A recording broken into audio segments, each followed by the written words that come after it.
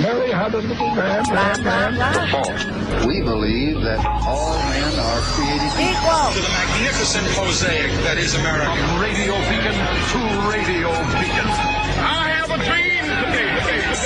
Change has come to America. Believe it. Help is on the way. Knock, knock. Who's there? It's a figment of your imagination. Randi Rhodes Show. Turn up your mind. On Long Island, New York Congressman George Santos has just pleaded not guilty to 13 federal charges in court. Prosecutors saying that he's being released on a $500,000 bond. The embattled Republican charged with 7 counts of wire fraud, among the most serious of the charges. 3 counts of money laundering, 1 count of theft of public funds, and also 2 counts of making materially false statements to the House of Representatives. We have our CNN team that is covering every angle of this story, so let's bring them in, starting with Paula Reed. Paula, what more are you learning?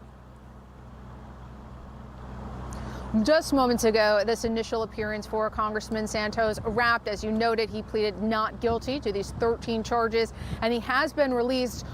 Among the, quote, brazen things that they have accused him of, they have accused him of filing fraudulently for unemployment benefits while he was running for Congress. They accuse him of fundraising off of political donors, saying that it was going to buy TV time, but instead transferring that money to his personal account and using it to pay personal debts, even buy designer clothes.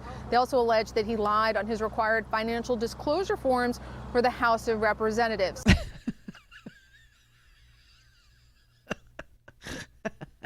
Another mentally ill person is going to be in our prisons, everybody.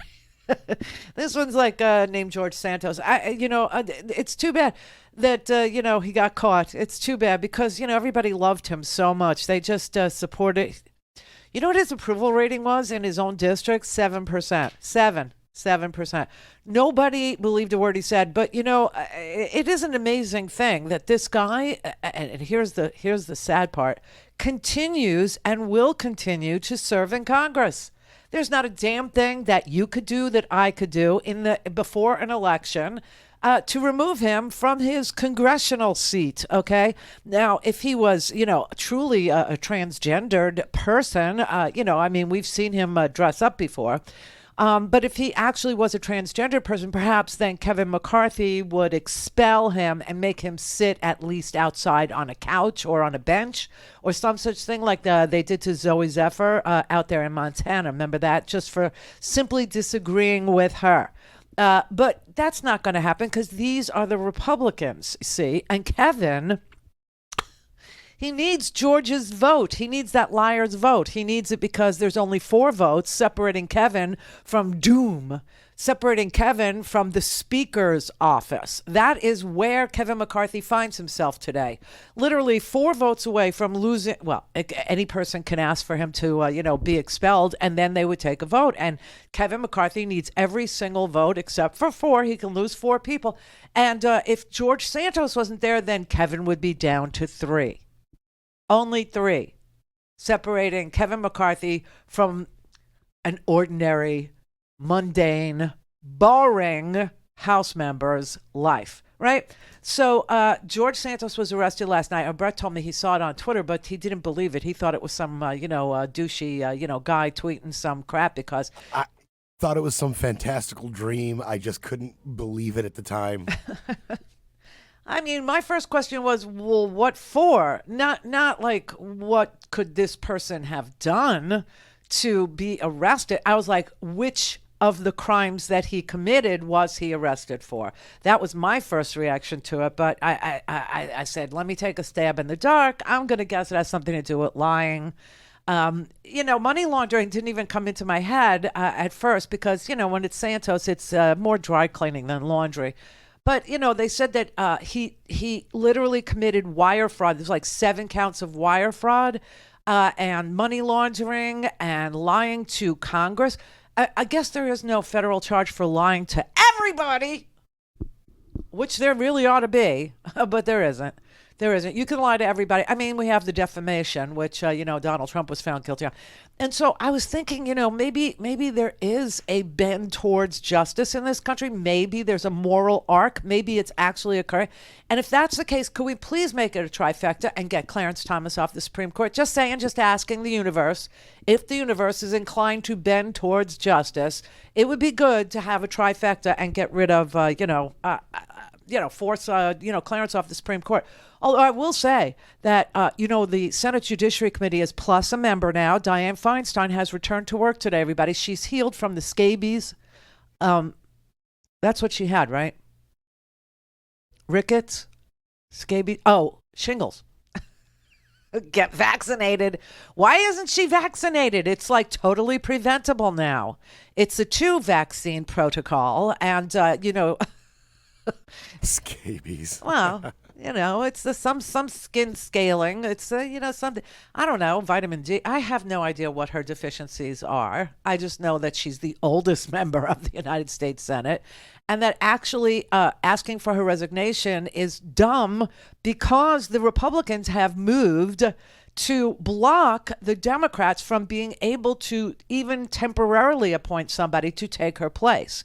And so Sheldon, my love here, Sheldon Whitehouse, actually said Dianne Feinstein cannot resign because the Republicans have blocked the ability for us to put somebody in her seat. I mean, they wanted Senator Ben Cardin to temporarily take her place, and the Republicans blocked it. Okay, and so he said the only option we have is for her to come back to work.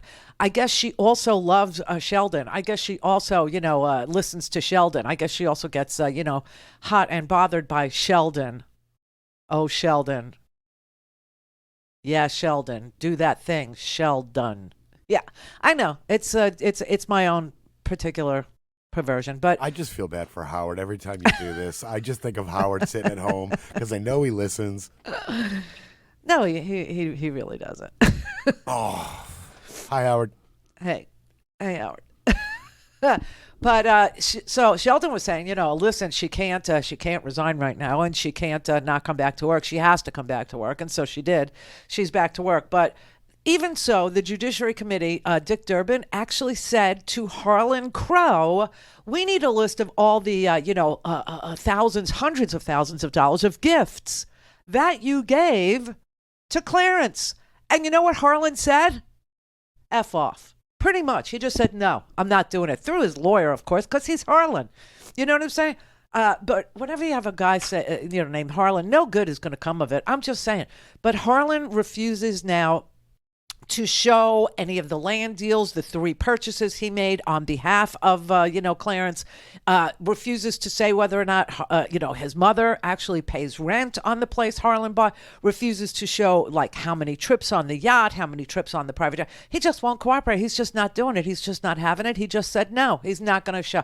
I mean, we have, we are, literally changing places. Like, we're becoming Russia, and Russia is about to have to accept, Russia is like, they're at their wits' end with this Putin guy. I don't know if you saw yesterday was like his big World War II thing, and he had like one stinking tank, on the street. You know why? Know why? Because all the other tanks are destroyed.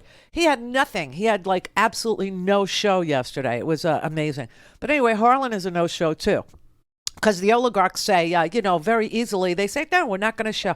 But anyway, George Santos proving that there is no law that you could enforce for lying to everybody. Do you remember all the lies he told? I don't even know if anybody even remembers the lies he told. Now, this particular charge has to do with, like I said, he was taking money under false pretenses. He was saying that if you donated to him, the money would go to buy TV commercials to help him, make bumper stickers and hats or whatever, to promote his candidacy for the House seat on Long Island that he was running for. But instead, he wired the money to himself and bought designer clothes with it, right?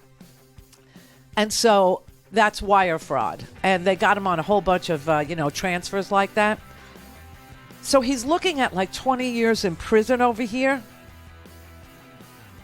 Now, I don't see him lasting a day in prison. I really don't. Because, see, when you serve in Congress, you don't have to have any shame, but in prison, they will shame you. They will shame you.